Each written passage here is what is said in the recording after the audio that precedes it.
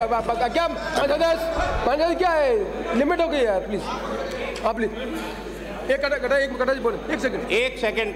अध्यक्ष महोदय, मैं आपसे ये जो बजट कॉपी हमको मिलेगी उसमें अगर ये शब्द नहीं हुए जो आपने यहाँ पढ़ा है, अगर ये शब्द हमारी कॉपी में मिल जाएंगे समझ में आ जाएगा। अगर हमारे को जो कॉपी दी है आपने बजट की, जो अभी आपके भाषण के बाद मिलेगी, उसमें अगर ये है तब तो समझ में है कि आपने वही पढ़ा है, और अगर नहीं था तो फिर आपने ये कहाँ से पढ़ा। ठीक है ह्यूमन एरर से बिल्कुल ठीक है एक पेज लग गया था, उसी वक्त मैंने सॉरी फील किया जब मैं रोका। और ये कटारिया साहब, ये नई बात नहीं है, ये नई बात नहीं है। जब वसुंधरा जी चीफ मिनिस्टर थी तब भी जब है क्या सीनियर आदमी अपन कुछ आंकड़े गलत आ गए थे तो वसुंधरा जी ने, अपन क्या मैं जान नहीं रहा हूँ, नहीं उस वक्त में भी नहीं, वो करेक्शन होता है, आपने करेक्शन कराया था, ये करेक्शन आपने करवाया था, ऐसी कोई बात नहीं है। जो आपने किया है दैट इज शेयर केयरलेसनेस। कोई भी मुख्यमंत्री इस तरीके से बिना अपने बजट को पढ़े अपने कागज को लेके ऐसे नहीं आ जाता है। अगर इस तरीके से होगा तो आई फील सॉरी कि राजस्थान का क्या होगा। इसलिए आप इन चीज़ों को यहाँ मत उठाइए। माननीय अध्यक्ष महोदय, मैं समस्त लगभग 1 करोड़ NFSA राष्ट्रीय खाद्य सुरक्षा अधिनियम परिवारों को आगामी वर्ष निःशुल्क राशन के साथ साथ मैं आपको धन्यवाद करना चाहूँगा। आप लोग उसको शांति से बैठ गए, बोलिए करना। प्रति माह मुख्यमंत्री निःशुल्क अन्नपूर्णा फूड पैकेट दिए जाने की घोषणा करता हूँ। इस पैकेट में 1-1 किलो दाल, चीनी व नमक, 1 लीटर खाद्य तेल तथा मसाले उपलब्ध कराए जाएंगे। इस पर लगभग 3000 करोड़ रुपये खर्च आएगा। माननीय अध्यक्ष महोदय, इसके साथ ही BPL तथा PM उज्ज्वला योजना में शामिल निम्न आय वर्ग के परिवार LPG सिलेंडर की अधिक दर से के कारण रसोई गैस का उपयोग नहीं कर पाते हैं। इन लगभग 76 लाख परिवारों को, जिनको उज्ज्वला योजना के अंतर्गत प्रधानमंत्री जी की घोषणा के अनुरूप LPG सिलेंडर मिले थे पर वो खरीद नहीं पा रहे हैं, तो मैंने उचित समझा है कि मैं इस महंगाई को कम कैसे करूं। इन लगभग 76 लाख परिवारों को आगामी वर्ष से LPG गैस सिलेंडर 500 रुपये में उपलब्ध कराए जाने की घोषणा करता हूं। इस पर 1500 रुपये का खर्च होगा। प्रदेश की जनता को राहत देते हुए पिछले बजट में मैंने 50 यूनिट प्रति माह तक बिजली निःशुल्क करते हुए समस्त घरेलू उपभोक्ताओं को स्लैब अनुसार जो छूट दी थी उसे बढ़ाते हुए आगामी वर्ष से मैं मुख्यमंत्री निःशुल्क बिजली योजना प्रारंभ करते हुए 100 यूनिट प्रति माह का तक बिजली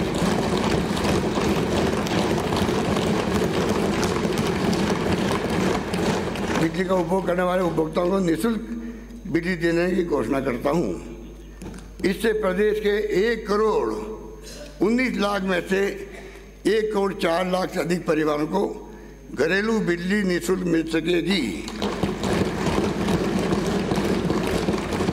इसके साथ ही अन्य समस्त 15 लाख घरेलू उपभोक्ताओं को भी स्लैब अनुसार 300 से 750 रुपये प्रति माह तक की दी जा रही छूट मिलती रहेगी। इससे लगभग 7000 करोड़ रुपये का भार आएगा। जैसा कि माननीय सदस्यों को विदित है, न सिर्फ प्रदेश की विद्युत वितरण कंपनियां इन बाहर की समस्या का सामना कर रही है, बल्कि केंद्र सरकार द्वारा पूर्व में लाई गई उदय योजना के साथ ही वर्तमान energy reforms linked borrowing scheme से राज्य सरकार पर भी अतिरिक्त वित्तीय भार आया है। हम revamp distribution sector scheme RDSS, smart meter का उपयोग, विद्युत तंत्र GSS ट्रांसफार्मर एवं बिजली की लाइनें आदि का सुदृढ़ीकरण एवं जन सहयोग से विद्युत छीजत की कमी लाने आदि कदम उठाते हुए विद्युत कंपनियों की वित्तीय स्थिति सुधारने के लिए प्रयासरत हैं। इसके परिणाम स्वरूप 80 एंड 3 लॉसेज वर्ष 18-19 के 28.07% से कम होकर वर्तमान में 17.39% रह गए हैं। इस प्रकार जहां एक और विद्युत कंपनियों की स्थिति सुदृढ़ करना हमारा उद्देश्य है, वहीं इसके साथ ही चरणबद्ध रूप से 300 यूनिट प्रतिमाह का उपयोग करने वाले घरेलू उपभोक्ताओं को निःशुल्क बिजली उपलब्ध कराना हमारा लक्ष्य है। इस प्रकार हमारे द्वारा डीजल पेट्रोल पर लागू वैट को कम कर लगभग 7,500 करोड़ रुपए की छूट को आगे भी जारी रखने के साथ साथ आगामी वर्ष सस्ते एलपीजी सिलेंडर, निःशुल्क बुक फूड पैकेट एवं निःशुल्क घरेलू बिजली का 19,000 करोड़ से अधिक का महंगाई राहत पैकेज दिया जाना प्रस्तावित है। अध्यक्ष महोदय, युवा विकास व कल्याण। देश के राष्ट्रपति भारत रत्न डॉक्टर APJ अब्दुल कलाम ने कहा था, The ignited minds of youth is the most powerful resource on the earth. I am convinced that the power of the youth, if properly directed, will bring about transformed humanity by meeting its challenges and bring peace and prosperity. अर्थात बाबा युवाओं का प्रज्वलित मस्तिष्क धरती पर सबसे शक्तिशाली संसाधन है। मेरा विश्वास है कि यदि युवा शक्ति को सही दिशा दी जाए तो वह मानवता की चुनौतियों का सामना कर शांति व स्मृति के साथ नए समाज का निर्माण कर सकती है। युवाओं को संबल प्रदान कर उन्हें प्रदेश के विकास में भागीदार बनाने की दृष्टि से मैंने वर्ष 23-24 का बजट युवाओं पर केंद्रित करने का प्रयास किया है। आज की युवा पीढ़ी को यदि सबसे अधिक आवश्यकता है तो वह है रोजगार, कौशल एवं क्षमता विकास तथा व्यक्तित्व संवर्धन की। माननीय अध्यक्ष महोदय, हमने युवाओं को रोजगार, शिक्षा, स्किल एवं पर्सनैलिटी डेवलपमेंट हेतु कई कदम उठाए हैं। अब मैं युवाओं के सर्वांगीण विकास के लिए नवीन युवा नीति लाना प्रस्तावित करता हूं तथा इस नीति के तहत 500 करोड़ रुपए के युवा विकास एवं कल्याण कोष का गठन किया जाना प्रस्तावित है। इस कोष के अंतर्गत 200 करोड़ रुपए दक्षता विकास, कौशल प्रशिक्षण, रोजगारोन्मुखी संसाधन उपलब्ध कराने, 100 करोड़ रुपए समग्र व्यक्तित्व विकास, 200 करोड़ रुपए शिक्षा, छात्रवृत्ति से संबंधित संसाधन हेतु व्यय किया जाना प्रस्तावित है। युवाओं को हमारी सरकारी क्षेत्र में रोजगार के अधिकाधिक अवसर उपलब्ध कराने के लिए हमारे 4 वर्ष के कार्यकाल में 1,42,000 से अधिक नियुक्ति की जा चुकी है तथा 1,81,000 से अधिक प्रक्रियाधीन हैं। इस प्रकार मेरे द्वारा सरकारी पदों पर नियुक्ति करने की घोषणा के विरुद्ध 3,23,000 से अधिक पदों पर नियुक्तियां की जा रही है। अब आगामी वर्ष में भी मैं रिक्त होने वाले पदों पर प्राथमिकता से भर्तियां की जाएगी।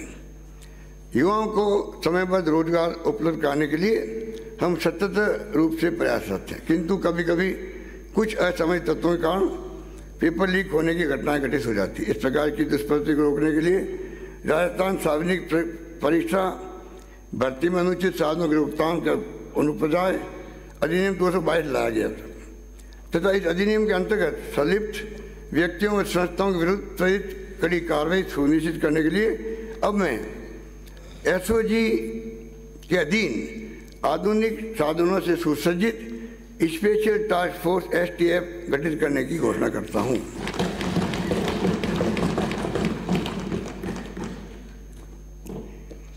अध्यक्ष महोदय, साथ ही सरकार में भर्तियां सुचारू रूप से निर्धारित कैलेंडर के अनुरूप हो सके, इस हेतु राजस्थान लोक सेवा आयोग तथा राजस्थान कर्मचारी चयन आयोग बोर्ड के सुदृढ़ीकरण एवं आधुनिकीकरण के लिए 50 करोड़ रुपये प्रस्तावित है। भर्तियां सुरक्षित व पारदर्शी तरीके से संपन्न हो, इस दृष्टि से प्रत्येक जिले में ऑनलाइन एग्जामिनेशन सुविधायुक्त एग्जामिनेशन सेंटर बनाना प्रस्तावित है। इस हेतु 250 करोड़ रुपये का प्रस्तावित है। परीक्षा में बैठने वाले और चयनित उम्मीदवारों के साथ साथ विभागों की योजनाओं में भी आइडेंटिफिकेशन सुनिश्चित करने के लिए बायोमेट्रिक तकनीक को काम में लिया जाएगा। सदन के माननीय सदस्यों को जानकर खुशी होगी कि प्रदेश के युवाओं द्वारा विभिन्न भर्ती प्रतियोगी परीक्षाओं में वन टाइम रजिस्ट्रेशन प्रणाली के माध्यम से एक बार ये निर्धारित रजिस्ट्रेशन फीस देने के बाद अप्लाई करने पर राज्य द्वारा आयोजित सभी भर्ती परीक्षाओं को मैं निःशुल्क करने की घोषणा करता हूँ। इस पर लगभग 200 करोड़ रुपए का वित्त भर आएगा। युवाओं को निजी क्षेत्र में रोजगार के अवसर उपलब्ध कराने की दृष्टि से इस वर्ष आयोजित रोजगार मेलों में से लगभग 30,000 युवाओं को रोजगार के अवसर प्राप्त हुए हैं। आगामी वर्ष 100 मेगा जॉब फेयर लगाए जाना प्रस्तावित है। साथ ही प्रदेश के प्रमुख कॉलेज में कैंपस प्लेसमेंट की व्यवस्था प्रारंभ की जाएगी।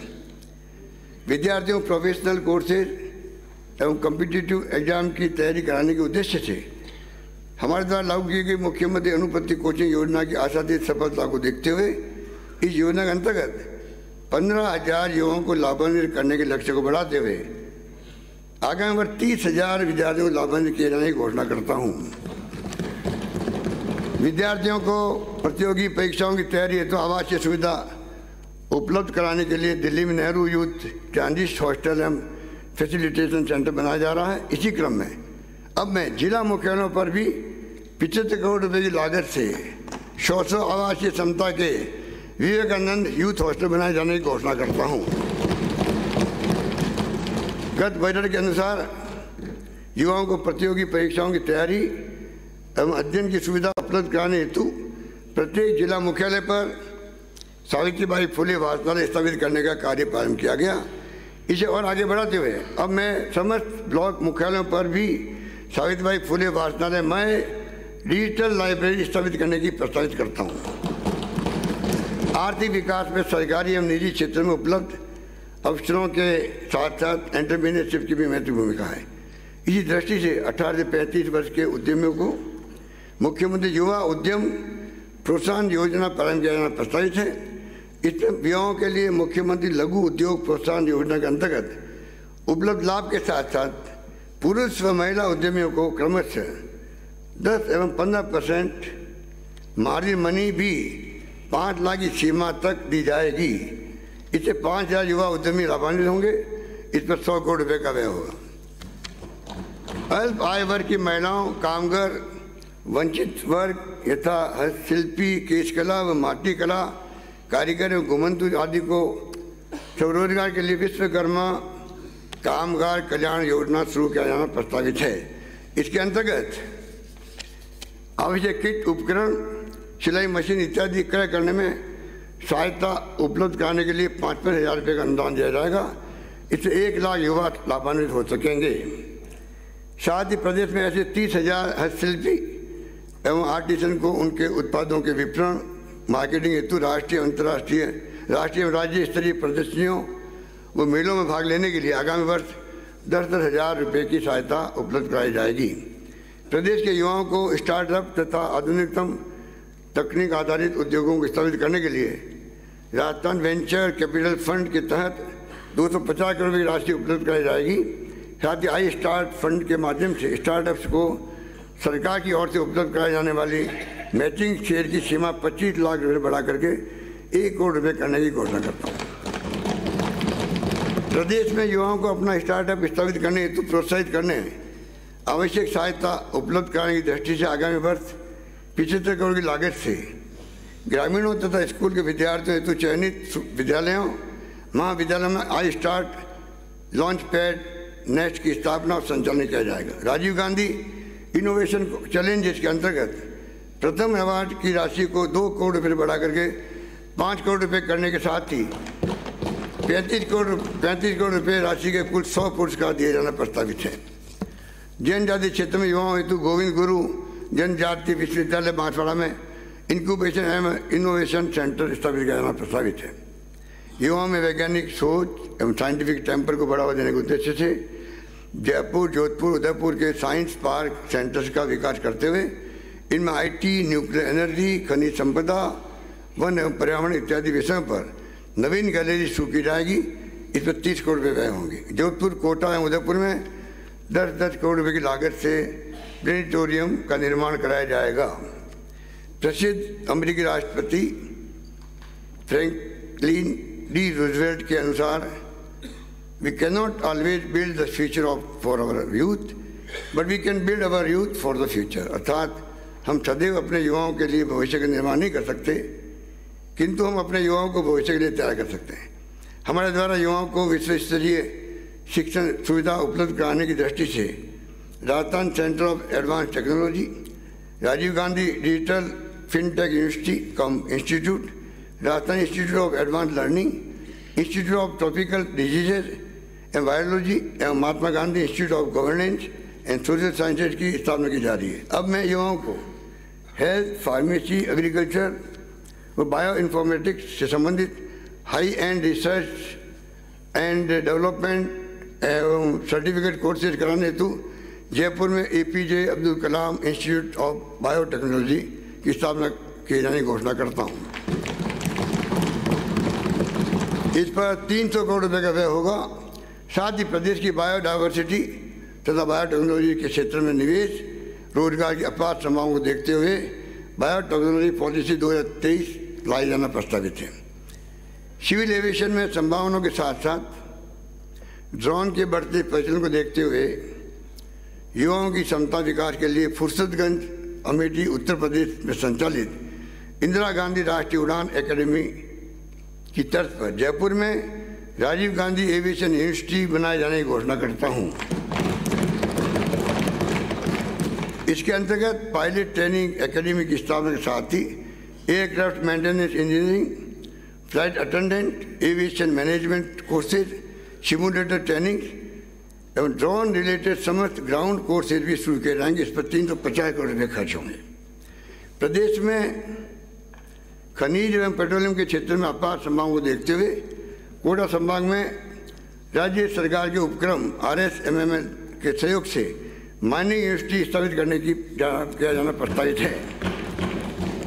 साथ ही ILD स्किल यूनिवर्सिटी का नाम विश्वकर्मा स्किल यूनिवर्सिटी किया जाना प्रस्तावित है। इसके अतिरिक्त प्रदेश में उच्च शिक्षा के विस्तार हेतु राजकीय महाविद्यालयों कन्या महाविद्यालय खोले जाएंगे, जिसकी सूची में सदन के पटल पर रख रहा हूं।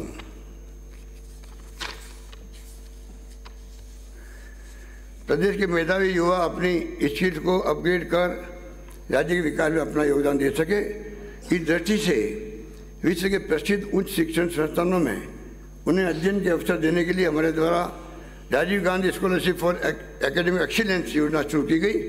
इसके तहत प्रतिवर्ष 200 होनहार विद्यार्थियों को वित्तीय सहायता दिए जाने का प्रावधान है। आगामी वर्ष इस योजना का दायरा बढ़ाते हुए 500 विद्यार्थियों को लाभान्वित किए जाने की घोषणा करता हूँ। युवाओं को उच्च शिक्षा के क्षेत्र में प्रोत्साहित करने, आर्थिक संबल प्रदान करने हेतु प्रदेश के राजकीय महाविद्यालयों के ऐसे शोधार्थी जो नेट स्लेट उत्तीर्ण है परंतु किसी प्रकार की फेलोशिप प्राप्त नहीं कर रहे हैं, उन सभी को शोध कार्य हेतु अधिकतम 3 वर्षों तक 20,000 रुपये प्रति माह फेलोशिप दी जाएगी। ऐसे शोधार्थी का जन कल्याणकारी योजनाओं के प्रभावी क्रियान्वयन इंटर्न के रूप में भी सहयोग लिया जा सकेगा। इस हेतु 25 करोड़ रुपये का प्रावधान करता हूँ। राजकीय महाविद्यालयों एवं विश्वविद्यालयों में अध्ययनरत शोधार्थियों को देश के प्रतिष्ठित उच्च शिक्षण संस्थानों एवं शोध संस्थानों के इनमें इंटर्नशिप, सेमिनार, वर्कशॉप, कॉन्फ्रेंस में सहभागिता के लिए 25,000 रुपये तक वित्तीय सहायता दी जाएगी। उच्च शिक्षा में गुणवत्तापूर्ण शिक्षण का शोध संवर्धन की दिशा में राजकीय महाविद्यालय के शिक्षकों को देश विदेश के प्रतिष्ठित संस्थानों में रिसर्च एवं ट्रेनिंग की सुविधा उपलब्ध कराने की दृष्टि से टीचर्स इंटरफेस फॉर एक्सीलेंस कार्यक्रम आरंभ किया जाना प्रस्तावित है। इसके अंतर्गत आगामी वर्ष 500 शिक्षकों को चयन किया जाएगा। उच्च शिक्षा के क्षेत्र में शैक्षणिक सुधार एवं ओरिएंटेशन हेतु जयपुर में फैकल्टी डेवलपमेंट एकेडमी स्थापित की जाएगी। इस पर 20 करोड़ रुपये खर्च आएंगे। राज्य में तकनीकी शिक्षा के विस्तार हेतु पॉलिटेक्निक महाविद्यालयों में विभिन्न ब्रांच पाठ्यक्रम शुरू किए जाएंगे, जिसकी सूची में सदन के पटल पर रख रहा हूँ। प्रदेश के युवाओं की शैक्षणिक विकास है उनको तकनीकी क्षेत्र में अधिक से अधिक आत्मनिर्भर और रोजगार उन्मुख बनाने की दृष्टि से नवीन ITI खोले जाने के साथ साथ विभिन्न ट्रेड्स शुरू किए जाएंगे, जिनका पटल विवरण में सदन के पटल पर रख रहा हूँ।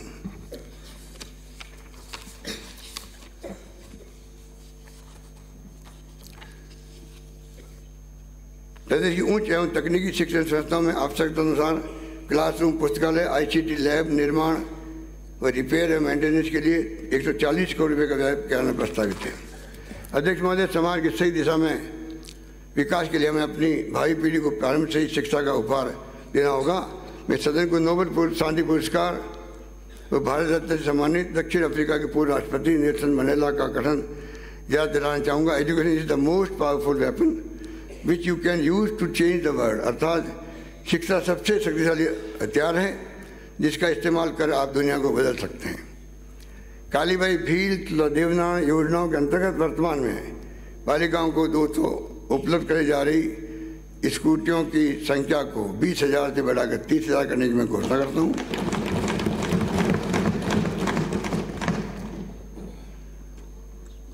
इन बालिकाओं को इलेक्ट्रिक स्कूटी ले जाने का विकल्प दिया जाना प्रस्तावित है। स्कूल शिक्षा की तर्ज पर उच्च शिक्षण संस्थानों में भी छात्राओं को अध्ययन के लिए आवास से महाविद्यालय आने जाने की सुविधा हेतु ट्रांसपोर्ट वाउचर स्कीम लागू की जाएगी।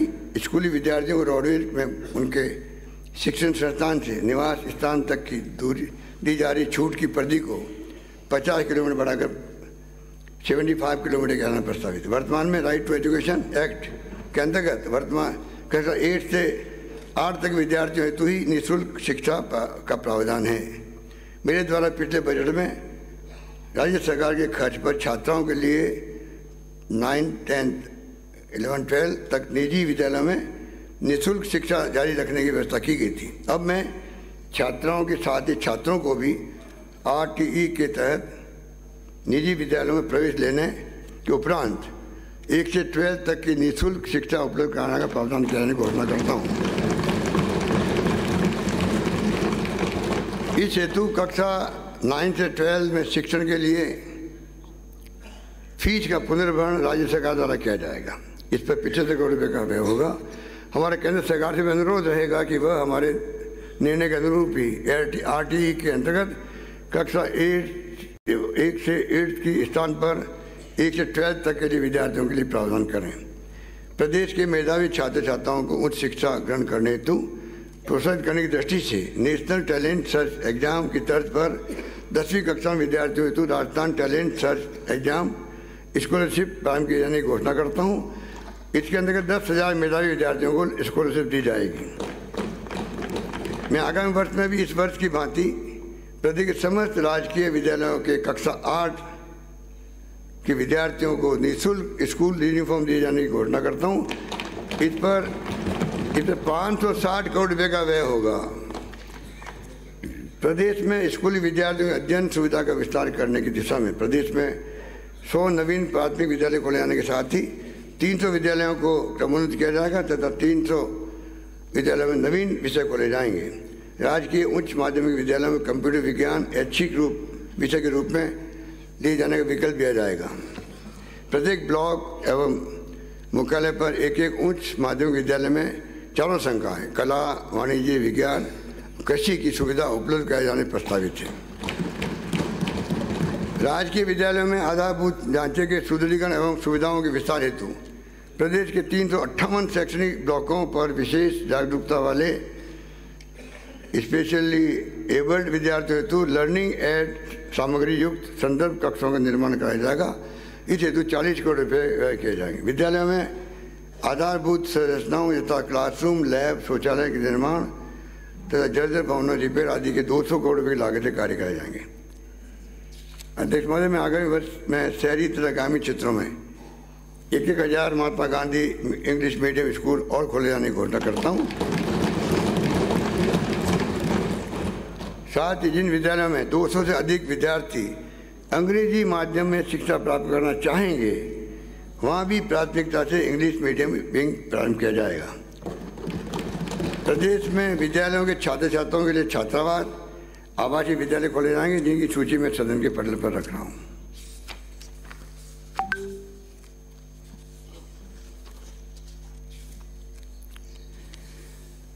वैदिक संस्कृति के प्रोत्साहन एवं संरक्षण हेतु राज्य के 19 जिलों में वेद विद्यालय खोले गए तथा वर्ष 21-22 में बांसवाड़ा में वेद विद्यापीठ की स्थापना की गई। इसी कड़ी में अब शेष जिलों जोधपुर, गंगानगर, हनुमानगढ़, जैसलमेर, बाड़मेर, टोंक, सिरोही, पाली, प्रतापगढ़, अलवर, राजसमंद, बारा एवं जालौर में भी वेद विद्यालय खोले जाना प्रस्तावित है। हमारे द्वारा प्रदेश में खेलों के प्रति रुझान बढ़ाने, प्रोत्साहन देने के लिए अभूतपूर्व कदम उठाए गए। हमने राष्ट्रीय अंतर्राष्ट्रीय प्रतियोगिताओं के पदक विजेताओं को आउट ऑफ टर्न पॉलिसी के तहत अब तक 229 युवाओं को 7 विभागों में नियुक्ति प्रदान की। भविष्य में पदक विजेता अपने खेल विशेष में युवाओं को भी प्रशिक्षित कर सके, इसके लिए इन्हें खेल विभाग में ही वरिष्ठता अनुरूप नियुक्ति दिया जाना प्रस्तावित है। साथ ही बच्चों और युवाओं को उच्च स्तरीय प्रशिक्षण प्रदान करने की दृष्टि से कोच के 100 पद सृजित किए जाएंगे। मेरे द्वारा बजट में घोषित ग्रामीण ओलंपिक खेलों का सफल आयोजन वर्ष 22-23 में किया गया। युवाओं द्वारा इन खेलों में बढ़ चढ़कर हिस्सा लिया गया। युवाओं के उत्साह एवं इन खेलों के सफल आयोजन को देखते हुए ध्यान रखते हुए हमने शहरी ओलंपिक खेलों का आयोजन का निर्णय किया। इस प्रकार आगामी वर्ष संपूर्ण प्रदेश अर्थात शहरी व ग्रामीण क्षेत्रों के लिए राजीव गांधी ग्रामीण व शहरी ओलंपिक खेलों का आयोजन वृहद स्तर पर किया जाना प्रस्तावित है। इस पर 150 करोड़ रुपये खर्च होंगे। प्रदेश में बच्चों एवं युवाओं की रुचि खेल गतिविधियों में प्रारंभ से हो सके, इस दृष्टि में प्रत्येक संभाग में सलीम दुरानी आवासीय स्पोर्ट्स स्कूल स्थापित करने की घोषणा करता हूँ। इस पर 105 करोड़ रुपये की लागत आएगी। साथ ही मेरे ध्यानचंद योजना के तहत स्टेडियम निर्माण के लिए 25 लाख रुपए की राशि MLA फंड CSR से दिए जाने पर 25 लाख रुपए की मैचिंग ग्रांट राज्य सरकार द्वारा दिए जाने का प्रावधान है। अब मैं इस मैचिंग ग्रांट की सीमा को बढ़ाकर 1 करोड़ रुपये करने की घोषणा करता हूँ। प्रदेश में उच्च स्तरीय खेल सुविधाओं उपलब्ध कराने के उद्देश्य से इस खेल स्टेडियम खेल एकेडमी स्थापित करने के साथ साथ विभिन्न खेल सुविधाएं विकसित की जाएगी, जिसका विवरण मैं सदन के पटल पर रख रहा हूँ। प्रदेश के युवाओं को देश के लोकप्रिय पूर्व प्रधानमंत्री भारत रत्न श्री राजीव गांधी के कार्यों से प्रेरणा लेना है तथा भारतीय कलाओं से रूबरू कराने के उद्देश्य से Rajiv Gandhi national youth exchange programme शुरू किया जाएगा। इसके तहत आगामी वर्ष 10,000 युवाओं को उत्तर पूर्वी नॉर्थ ईस्ट राज्यों सहित संपूर्ण देश में एक्सपोजर विजिट के लिए भेजा जाएगा। साथ ही जिला एवं राज्य स्तरीय युवा महोत्सव आयोजित किए जाने प्रस्तावित है। इस पर 75 करोड़ रुपये खर्च होंगे। राष्ट्रीय युवा पुरस्कार प्राप्तकर्ता राष्ट्रीय स्तर पर सांस्कृतिक प्रतियोगिताओं में प्रथम विजेता, राष्ट्रीय स्तर पर पुरस्कृत राष्ट्रीय सेवा योजना NSS NCC कैडेट्स व स्काउट गाइड को रोडवेज बसों में निःशुल्क यात्रा सुविधा उपलब्ध कराई जाएगी। साथ ही चरणबद्ध रूप से प्रदेश के समस्त सरकारी उच्च माध्यमिक विद्यालयों में NSS NCC scout and guide की गतिविधियां प्रारंभ करना प्रस्तावित है। चिकित्सा एवं स्वास्थ्य माननीय अध्यक्ष महोदय, मुझे सदन को अवगत कराते हुए अत्यंत हर्ष का अनुभव हो रहा है कि हमारा प्रदेश निःशुल्क यूनिवर्सल हेल्थ केयर उपलब्ध कराने वाला देश का एकमात्र राज्य बन गया है। निरोगी राजस्थान के संकल्प को साकार करने के लिए हमारे द्वारा शुरू की गई मुख्यमंत्री चिरंजीवी स्वास्थ्य बीमा योजना के अंतर्गत वर्तमान में 3,700 करोड़ रुपये व्यय कर लगभग 1,38,00,000 परिवारों को 10 लाख रुपये का निःशुल्क चिकित्सा का लाभ सरकारी के साथ साथ एमपैनल्ड प्राइवेट हॉस्पिटल में भी मिल रहा है। इस योजना में lungs, bone marrow, kidney, liver, heart आदि ट्रांसप्लांट 10 लाख रुपये की सीमा के अतिरिक्त राज्य सरकार के ही खर्च पर निःशुल्क किए जाते हैं। अभी तक इस योजना के अंतर्गत 32 लाख से अधिक लोगों को IPD में निःशुल्क इलाज प्राप्त हो चुका है। यह हमारे लिए गर्व का विषय है कि जहाँ एक और अमेरिका जैसे विकसित देश में भी ओबामा हेल्थ केयर योजना पूरी तरह सफल नहीं हो सकी, वहीं हमारी सरकार की चिरंजीवी योजना सही मायने में जीवनदायिनी साबित हुई है। माननीय सदस्यों के साथ साथ प्रदेशवासियों को जानकर प्रसन्नता होगी कि अब मैं आगामी वर्ष से मुख्यमंत्री चिरंजीवी स्वास्थ्य बीमा योजना में प्रति परिवार बीमा राशि 10 लाख से बढ़ा के 25 लाख करने की घोषणा करता हूँ।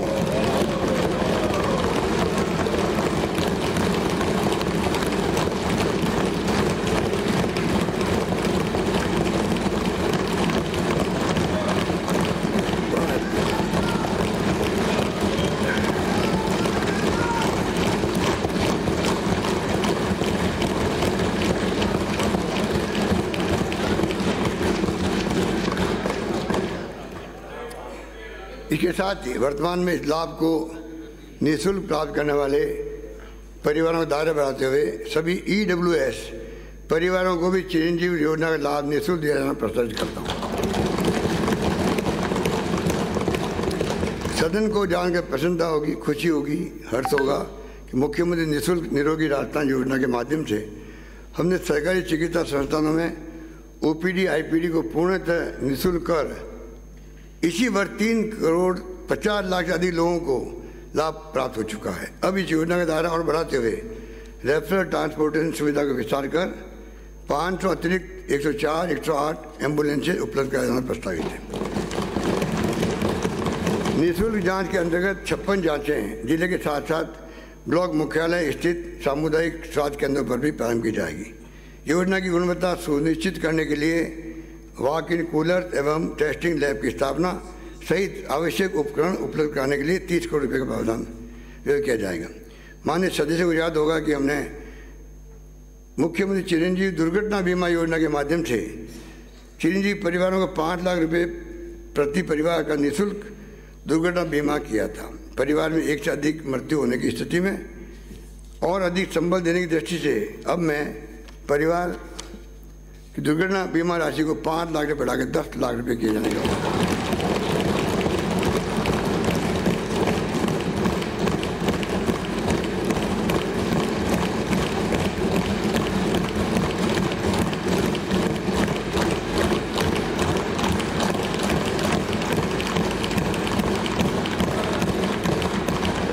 माननीय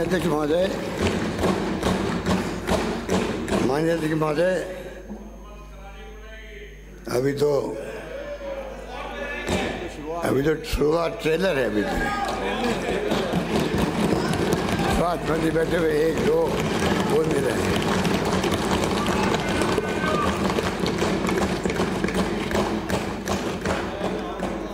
कोरोना के समय हमारे द्वारा oxygen beds, ICU, Neeku Piku सहित आवश्यक आधारभूत संरचनाओं के निर्माण के साथ साथ ऑक्सीजन प्रबंधन, कंसंट्रेटर एवं समस्त दवाइयों की निःशुल्क उपलब्धता करते हुए सभी चिकित्सक, पैरामेडिकल साथियों, अन्य कार्मिकों को आमजन के सहयोग से की गई चिकित्सा व्यवस्था को सभी ने सराहा। किंतु अभी भी कई लोगों को पोस्ट कोविड कॉम्प्लिकेशन के रूप में cardiac disease, respiratory distress, diabetic, mental stress एवं फिजिकल फटीग आदि का सामना करना पड़ रहा है। इस क्रम में अभी भी सभी प्रदेशवासियों को सजग रहने का आग्रह करता हूँ। माननीय सदस्यों को जानकर प्रसन्नता होगी, अब मैं राजस्थान स्वास्थ्य विज्ञान विश्वविद्यालय RUHS के अधीन centre for post covid rehabilitation centre स्थापित करने की घोषणा करता हूँ। साथ ही post covid respiratory complication, silicosis, COPD, asthma आदि से संबंधित एडवांस रिसर्च एवं ट्रीटमेंट की दृष्टि से RUHS जयपुर में इंस्टीट्यूट ऑफ रेस्पिरेटरी डिजीज बनाया जाना प्रस्तावित है। इस पर 125 करोड़ रुपये खर्च होंगे। पोस्ट कोविड सिम्टम में से एक प्रमुख लक्षण मानसिक अवसाद, डिप्रेशन, मेंटल स्ट्रेस का भी रहा है। इसके साथ ही वर्तमान युग में अपने जीवन की कठिनाइयों से जुड़ने के कारण कई व्यक्ति समस्या का सामना कर रहे हैं। विशेषकर शिक्षा व रोजगार हेतु विभिन्न प्रतियोगी परीक्षाओं की तैयारी करने वाले युवाओं में ये समस्या दिन प्रतिदिन बढ़ती जा रही है। मानसिक तनाव अवसाद से बचाने इसका सामना करने के लिए जयपुर, जोधपुर और कोटा में साइकोलॉजिकल काउंसलिंग सेंटर प्रारंभ किया जाना प्रस्तावित है। इस पर 20 करोड़ रुपये का व्यय होगा। साथ ही प्रदेश के युवाओं को शराब और नशे की लत जैसे व्यसनों से मुक्ति दिलाने की दृष्टि से गंगानगर, हनुमानगढ़, भरतपुर, धौलपुर, सवाईमाधोपुर, करौली, कोटा एवं अजमेर सहित 15 स्थानों पर 20 करोड़ रुपये की लागत से नशा मुक्ति केंद्र खोला जाना प्रस्तावित है। हमने यूनिवर्सल हेल्थ केयर योजनाओं के क्रियान्वयन के साथ साथ पूरे प्रदेश में चिकित्सा के आधारभूत ढांचे को अत्यधिक सुदृढ़ किया है। आज प्रदेश के 30 जिलों में मेडिकल कॉलेज खोल रहे हैं। मात्र 3 जिले प्रतापगढ़, जालोर, राजसमंद में ही सरकारी मेडिकल कॉलेज स्वीकृत नहीं है। इन जिलों के लिए हमने बार बार आग्रह करने पर भी केंद्र सरकार द्वारा स्वीकृति नहीं दी गई। अब मैं इन 3 जिलों में राज्य के खर्चे से मेडिकल कॉलेज खोले जाने की घोषणा करता हूँ।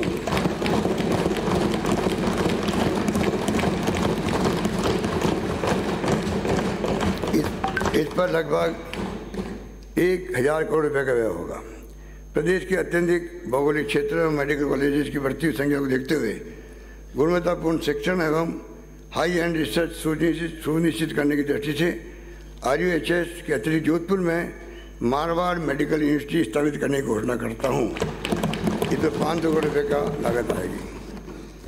प्रदेश में जयपुर के स्वामी मानसिंह चिकित्सा महाविद्यालय RUHS तथा जोधपुर के मोतीलाल माथुर चिकित्सालय सहित अन्य मुख्य चिकित्सा महाविद्यालयों में अस्पतालों में टर्सरी केयर चिकित्सा एवं अन्य स्वास्थ्य सुविधाओं का विस्तार किया जाएगा, जिसका विवरण मैं सदन के पटल पर रख रहा हूँ।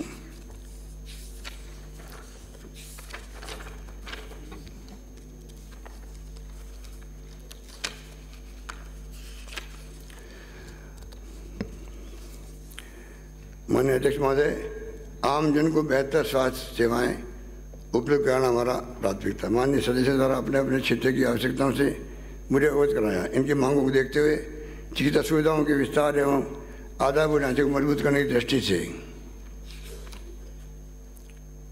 मैं इनके साथ ही उप जिला अस्पताल, सामुदायिक स्वास्थ्य केंद्र, प्राथमिक स्वास्थ्य केंद्र, उप स्वास्थ्य केंद्र, सैटेलाइट अस्पताल व क्रमबद्ध किए जाएंगे, जिनकी सूची मैं पटेल पर रख रहा हूँ।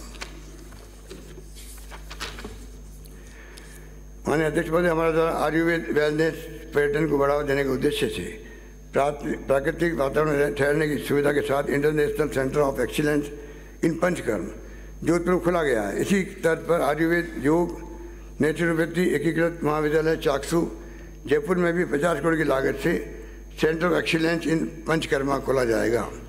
वर्तमान में 124 आयुर्वेदिक चिकित्सालय में से 52 चिकित्सालयों में ही पंचकर्म की सुविधा उपलब्ध कराई जा रही है। इस सुविधा की व्यापक पहुंच हेतु शेष 72 आयुर्वेद चिकित्सालयों में भी चरणबद्ध रूप से पंचकर्म केंद्रों की स्थापना की जाएगी। राज्य में आयुष चिकित्सा को बेहतर बनाने के उद्देश्य से डॉक्टर सर्वपल्ली राधाकृष्णन राजस्थान आयुर्वेद विश्वविद्यालय जोधपुर के परिसर में यूनानी महाविद्यालय, बालोतरा बाड़मेर में यूनानी चिकित्सालय, नाथद्वारा राजसमंद में आयुर्वेद योग व प्राकृतिक चिकित्सा का एकीकृत महाविद्यालय, भरतपुर में होम्योपैथिक महाविद्यालय व बालोतरा बाड़मेर में होम्योपैथिक चिकित्सालय तथा अड़ावता चिड़ावा झुंझुनू में आयुर्वेदिक औषधालय व श्री महावीर इंडोर करौली में आयुष चिकित्सालय खोले जाएंगे। साथ ही लवाण, दौसा व नदवई भरतपुर के राजकीय आयुर्वेद औषधालय को अश्रेणी औषधालय में क्रमोन्नत किया जाएगा। समित ब्लॉकों एवं होम्योपैथिक चिकित्सा की सुविधा उपलब्ध कराई जाएगी। समित ब्लॉकों पर सड़क सुरक्षा ये हमारे लिए चिंता का विषय है। संपूर्ण देश में सड़कों पर यातायात आवागमन बढ़ने के साथ साथ दुर्घटनाओं में वृद्धि हुई है। यह बहुत दुखद का विषय है। दुख का विषय कि प्रदेश में सड़क दुर्घटनाओं से प्रतिवर्ष लगभग 10,000 लोगों की मृत्यु हो जाती है। यद्यपि हमने सड़क सुरक्षा को प्रभावी करने की दृष्टि से मुख्यमंत्री चिरंजीव जीवन रक्षा योजना लागू करने, स्टेट रोड सेफ्टी इंस्टीट्यूट का गठन तथा इंटीग्रेटेड ट्रैफिक मैनेजमेंट सिस्टम विकसित करने से ठोस कदम उठाएं, किंतु अभी भी इस दिशा में और अधिक कार्य करने की आवश्यकता है। अतः आगामी वर्ष जिला स्तर पर रोड सेफ्टी टास्क फोर्स का गठन जॉइंट टीम के रूप में किया जाना प्रस्तावित है। इस टास्क फोर्स में प्रशासन, पुलिस, परिवहन और PWD के अधिकारी सम्मिलित होंगे। समस्त बाल वाहिनी और स्कूल बसेज में अनिवार्य रूप से कैमरे लगाए जाने प्रावधान करना प्रस्तावित है। जयपुर जोधपुर में राजकीय ऑटोमेटेड फिटनेस टेस्टिंग स्टेशन खोले जाएंगे। चिकित्सा महाविद्यालय उदयपुर, बीकानेर, चूरू, पाली, सीकर, बाड़मेर के साथ साथ इटावा, कोटा, बिच्छीवाड़ा, डूंगरपुर, खींवसर, नागौर, निवाई, टोंक, भील, कुआ, कुशलगढ़, बांसवाड़ा तथा शाहपुरा जयपुर में ट्रॉमा सेंटर की लगभग 30 करोड़ रुपये की लागत से स्थापित किए जाएंगे। साथ ही समस्त चिकित्सा महाविद्यालय में गंभीर घायलों को प्राथमिकता के साथ उपचार करने के लिए ट्रॉमा ट्राइएज प्रोटोकॉल की प्रभावी अनुपालना सुनिश्चित की जाएगी। अध्यक्ष महोदय, शुद्ध के लिए ये हमारे लिए बहुत ही महत्व का विषय रहा हमेशा। इसके लिए प्रदेश की जनता को गुणवत्तापूर्ण खाद्य सामग्री मिले, इसलिए हमने निर्णय किया कि मिलावटखोरों को किसी भी कीमत बख्शा नहीं जाएगा।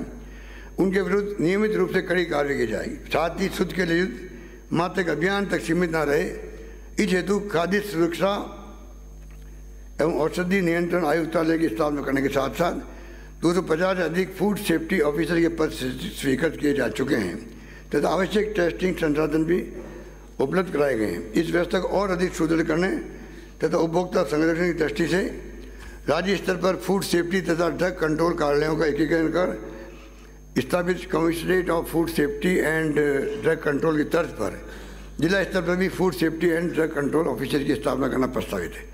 इसके साथ ही फूड सिक्योरिटी सेफ्टी ऑफिसर के 100 नए पद भी सृजित करने की घोषणा करता हूँ। इसके प्रत्येक जिले में मोबाइल टेस्टिंग लैब उपलब्ध कराए जाने प्रस्तावित है। राशन की दुकानों पर डिजिटल वे ब्रिजेज उपलब्ध कराकर उन्हें point of sale post machine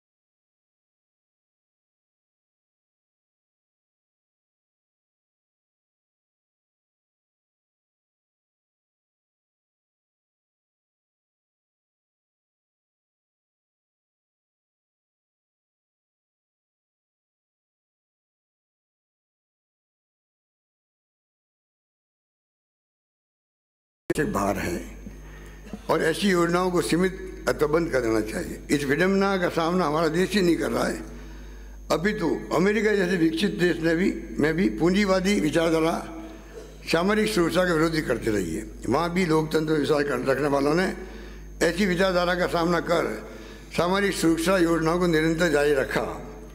मैं सदन को अमेरिका के पहले अश्वेत राष्ट्रपति मिस्टर बराक ओबामा का यह कथन याद दिलाना चाहूँगा, जिसमें उन्होंने सामरिक सुरक्षा के महत्व को दोहराने के साथ साथ सामरिक सुरक्षा फंड्स को बाजार में निवेश करने पर भी पुरजोर विरोध किया था। जैसे वो एनपीएस का मामला है, ओपीएस के साथ में वो भावना इसमें ही आ रही। उन्होंने 14 अगस्त 2010 को कहा था 75 ईयर एगो, 14 अगस्त 2010 के 75 साल पहले, in the midst of the Great Depression, Franklin Roosevelt signed Social Security into law, laying a cornerstone in the foundation of America's middle class, and assuring generation of America's seniors that after a lifetime of hard work, they would have a chance to retire with dignity. We have an obligation to keep that promise. आगे कहते हैं Obama साहब, we have an obligation to keep that promise जो mister Roosevelt ने कहा था, to safeguard social security for our seniors, people and disabilities and all Americans today, tomorrow and forever.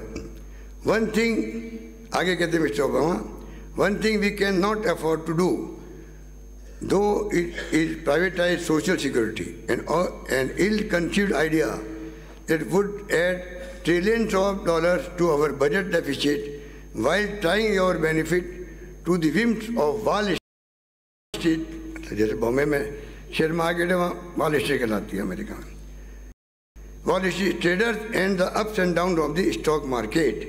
I will fight with everything I have got to stop those who would gamble your social security on Wall Street. अध्यक्ष महोदय, ये हमारी theme है और उसी theme पे हम भी चलना चाहते हैं जो मिस्टर बराक ओबामा ने कहा।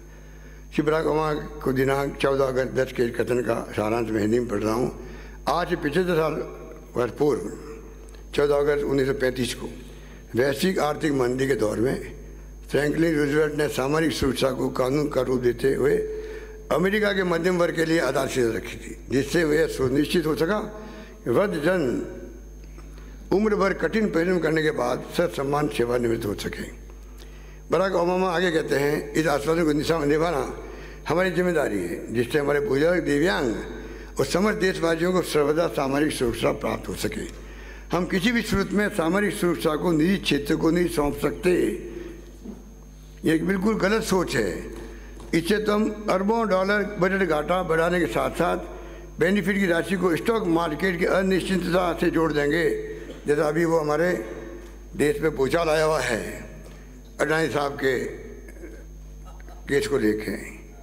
वही मैंने इसीलिए ओपी लागू की है। माननीय सदन को कहना चाहूँगा, ओपीएस की भावना यही थी जो जो पिछले साल पहले कहा गया है।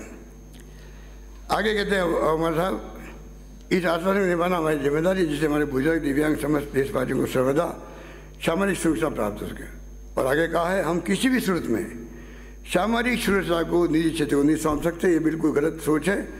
इससे तो हम अरबों डॉलर बजट घाटा बढ़ाएंगे, साथ साथ बेनिफिट की राशि को स्टॉक मार्केट की अनिश्चितता से जोड़ देंगे। मैं पूरा जोर लगाकर ऐसे लोगों को रोकूंगा जो हमारी सामरिक सुरक्षा को बाजार के बदले में रहते हैं। यही बात जो है, यही बात मैं आपको हमेशा सदन के माननीय सदस्यों को कहता रहता हूँ कि हम भी हमारे कर्मचारियों को एनपीएस के माध्यम से स्टॉक मार्केट बढ़ते नहीं छोड़ेंगे, ये भाव इसके अंदर। इसलिए माननीय सदन को याद दिलाना चाहूँगा कि अमेरिकी राष्ट्रपति द्वारा व्यक्त विचारों के समान ही कार्मिकों की सामरिक सुरक्षा अर्थात पेंशन हेतु अंशदान को एनपीएस नेशनल पेंशन स्कीम योजना के अंतर्गत बाजार में निवेश कर होने वाले रिस्क को देखते हुए ही मैंने मेरे द्वारा पिछले बजट में ओपीएस ओल्ड पेंशन स्कीम लागू करने का निर्णय लिया गया था। हाल ही में एलआईसी जैसे भारत सरकार के उपक्रम में के शेयर प्राइस में भी अप्रत्याशित कमी ने हमारे ओपीएस लागू करने के निर्णय को सही साबित कर दिया। मैं सदन के माध्यम से पुनः माननीय प्रधानमंत्री जी से संपूर्ण देश में कार्मिकों के लिए ओपीएस लागू करने का आग्रह करना चाहूँगा। हमारी सरकार ने हमेशा राष्ट्रपिता महात्मा गांधी द्वारा दी गई सीख the true measures of any society can be found in law how it treats it's most vulnerable members, अर्थात समाज की सच्ची प्रगति इस बात में निहित है वह अपने सबसे कमजोर सदस्यों के साथ कैसा व्यवहार करता है को अपनी नीतियों का केंद्र बिंदु बनाया है। हमारा मानना है कि वंचित वर्गों को सामरिक सुरक्षा प्राप्त होना उनका हक है। इसी कारण केंद्र की हमारी यूपीए सरकार द्वारा राइट बेस्ड लॉ जैसे MNREGA RT food security act के माध्यम से सामाजिक सुरक्षा योजनाएं लागू की गई थी। डॉक्टर मनमोहन सिंह के नेतृत्व वाली केंद्र सरकार की ऐसी नीतियों के कारण ही तत्व समय की वैश्विक मंदी ग्लोबल रेसिशन की मार से आम आदमी बच पाया। जैसा कि माननीय सदस्यों को विदित है, जहां राज्य सरकार द्वारा 9,000 करोड़ रुपये वार्षिक व्यय कर 90 लाख से अधिक लाभार्थियों को सामरिक सुरक्षा पेंशन दी जा रही, वहीं केंद्र सरकार द्वारा केवल 10 लाख व्यक्तियों को ही मात्र 200 से 300 रुपये प्रति माह पेंशन देते हुए सिर्फ 300 करोड़ रुपये वार्षिक व्यय किए जा रहे हैं। इसी प्रकार सभी राज्यों में पेंशन सहित सामरिक सुरक्षा योजनाओं की स्थिति अलग अलग है। हाल ही मैंने पत्र लिखकर माननीय प्रधानमंत्री जी से मांग की है कि संपूर्ण देश के लिए सामरिक सुरक्षा योजनाओं को कानून लाते हुए एक रूपता के साथ में लागू करने की व्यवस्था करें। जहाँ एक और हमने केंद्र सरकार से मांग की है, वहीं हम पहल करते हुए राजस्थान में ऐसा कानून लाना मैं प्रस्तावित कर रहा हूँ जिससे जरूरतमंद व्यक्तियों परिवारों को एंटाइटलमेंट बेस्ड सोशल सिक्योरिटी प्राप्त हो सके। इस दृष्टि से मैं राज्य सरकार द्वारा प्रायोजित शहरी एवं ग्रामीण रोजगार गारंटी के साथ पेंशन योजना को समावित करते हुए कानून बनाकर पात्र परिवारों के लिए आगामी वर्ष से Mahatma Gandhi minimum guarantee scheme योजना लागू करने की घोषणा करता हूँ। इस योजना के प्रदेश के सभी परिवारों को 125 दिवस प्रतिवर्ष की रोजगार गारंटी तथा वृद्ध दिव्यांग एकल महिला होने की स्थिति में न्यूनतम 1,000 रुपये महीने की पेंशन प्राप्त हो सकेगी। इस हेतु आगामी वर्ष 2,500 करोड़ रुपये का अतिरिक्त प्रावधान किया जाएगा।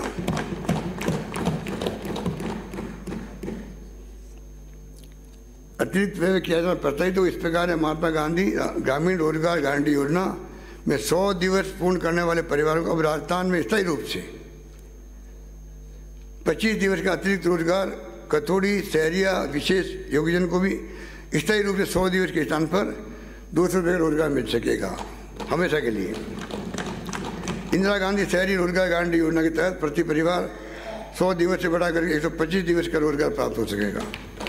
सामाजिक सुरक्षा पेंशन के समस्त लाभान्वितों को आगामी वर्ष से न्यूनतम 1,000 रुपये प्रतिमाह पेंशन दिए जाने से 75 वर्ष तक की उम्र के तमाम समस्त लगभग 77 लाख लाभार्थियों को, मैं वापस पुनः पढ़ रहा हूँ, सामाजिक सुरक्षा पेंशन के समस्त बेनिफिशियरीज को आगामी वर्ष से न्यूनतम 1,000 रुपये प्रतिमाह पेंशन दिए जाने से 75 वर्ष तक की उम्र के समस्त लगभग 77 लाख लाभार्थियों को वर्तमान में 500 साढ़े 700 रुपये की बजाय 1000 रुपये पेंशन मिल सकेगी।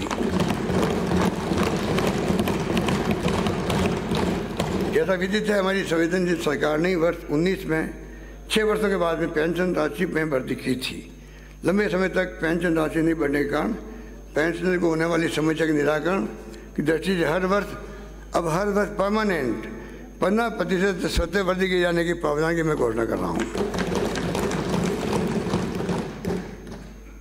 वर्तमान में ओला, उबर, स्विगी, जोमेटो, अमेजॉन आदि कंपनियों ने युवा कार्मिकों को सुविधा में पर ट्रांजेक्शन के आधार पर जोड़ रखा है। ऐसे कर्मियों को गीग वर्कर्स कहते हैं। संपूर्ण विश्व के साथ ही प्रदेश में भी गीग इकोनॉमी का दायरा बढ़ता जा रहा है। आज प्रदेश में इनकी संख्या लगभग 3-4 लाख हो चुकी है। इन गीग वर्कर्स के लिए सामाजिक सुरक्षा की कोई व्यवस्था ये बड़ी कंपनियां नहीं करती।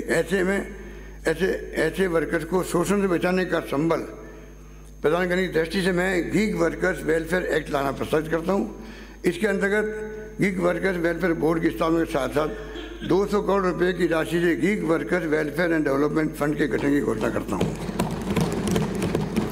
माननीय सदस्यों को जानकर खुशी होगी कि नई पहल करते हुए मैं पंजीकृत श्रमिकों एवं स्ट्रीट वेंडर्स के परिवारों के 25 से 60 वर्ष के सदस्यों को हॉस्पिटलाइज होने के दौरान उनकी दैनिक मजदूरी समाप्त होने पर रोजमर्रा की आवश्यकता पूरी करने के लिए 100 करोड़ रुपए की राशि से मुख्यमंत्री चिरंजीव श्रमिक संबल योजना लागू करने में घोषणा करता हूँ। इसके अंतर्गत बिना किसी प्रार्थना पत्र के ऑटो डीबीटी के माध्यम से 7 दिवस तक 200 रुपये प्रतिदिन की सहायता देना प्रस्तावित है। प्रदेश में छात्रों, श्रमिकों और निम्न आय वर्ग के जनसामान्य को सस्ती दर पर गुणवत्तापूर्ण भोजन उपलब्ध कराने हेतु शहरी क्षेत्रों के लिए हमने इंदिरा रसोई योजना प्रारंभ की थी। आज लगभग 1000 इंदिरा रसोई हैं, पर मात्र 8 रुपये भोजन की थाली ससम्मान उपलब्ध होती है। इस योजना की लोकप्रियता को देखते हुए आगामी वर्ष से इंदिरा रसोइयों का ग्रामीण कस्बों में भी विस्तार करते हुए इनकी संख्या बढ़ाकर 2000 करने की घोषणा करता हूँ।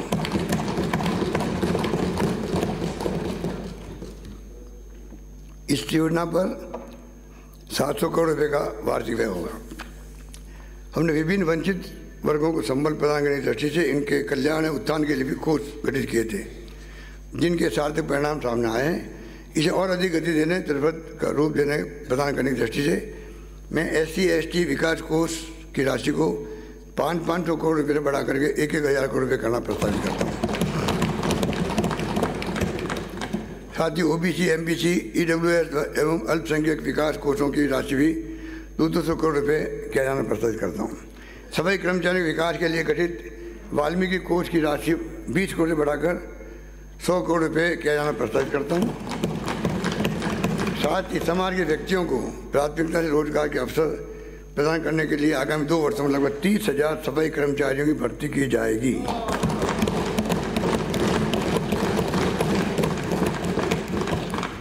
अनुसूचित क्षेत्र TSP के निवासियों के समग्र विकास के लिए पैसा act 96, panchayat extension of scheduled area act तथा फॉरेस्ट राइट एक्ट 2006 के प्रभावी क्रियान्वयन हेतु हमने कई कदम उठाए। आज भी जनजातीय क्षेत्र में अधिक से अधिक सामुदायिक पट्टे फॉरेस्ट राइट दिए जाने की आवश्यकता है।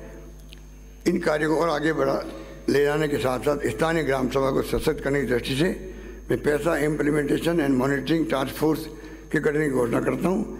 इसके लिए 20 करोड़ रुपये का कॉर्पस फंड बनाया जाना प्रस्तावित है।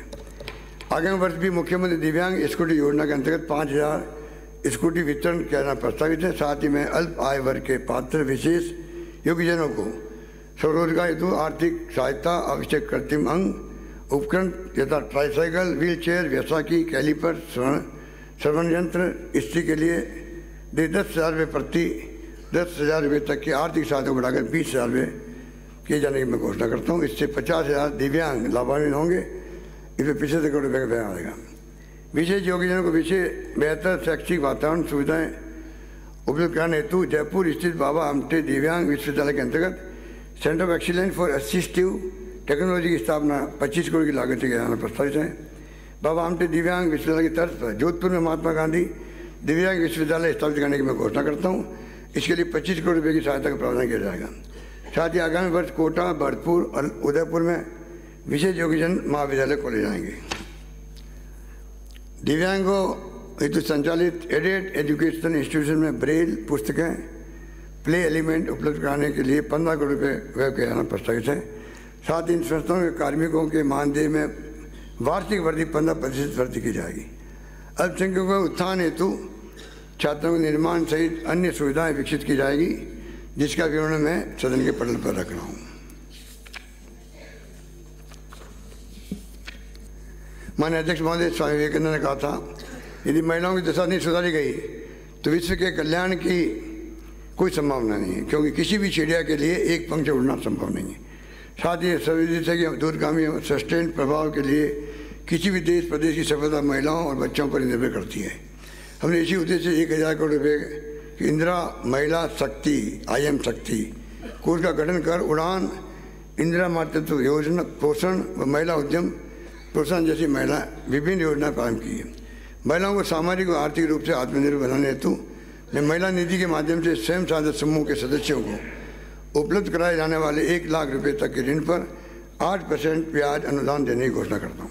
साथ ही 5 लाख नए परिवारों को स्वयं सहायता समूह में जोड़कर लाभान्वित किया जाना प्रस्तावित है। आगामी वर्ष स्वयं सहायता समूह की महिलाओं को 800 करोड़ रुपये का ऋण उपलब्ध कराते हुए रिवॉल्विंग फंड व कम्युनिटी इन्वेस्टमेंट फंड के लिए 200 करोड़ रुपये का प्रावधान किया जाएगा। प्रदेश में आंगनबाड़ियों में सुविधाओं के विस्तार एवं बच्चों के शारीरिक व मानसिक विकास की दृष्टि से मैं 8000 आंगनबाड़ी, 2000 मिनी आंगनबाड़ी केंद्र खोले जाने की घोषणा करता हूँ।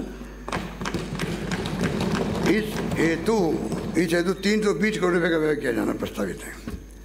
हमने इस वर्ष कक्षा 1 से 8 तक के सरकारी स्कूल के लगभग 70 लाख विद्यार्थियों को 2 सेट यूनिफॉर्म प्रतिवर्ष उपलब्ध कराने का निर्णय लिया है। इसी क्रम अब मैं आंगनबाड़ी केंद्रों पर पंजीकृत 3 से 6 वर्ष के 17 लाख से अधिक बच्चों के लिए भी आगामी वर्ष में 2 सेट यूनिफॉर्म देने की घोषणा करता हूँ।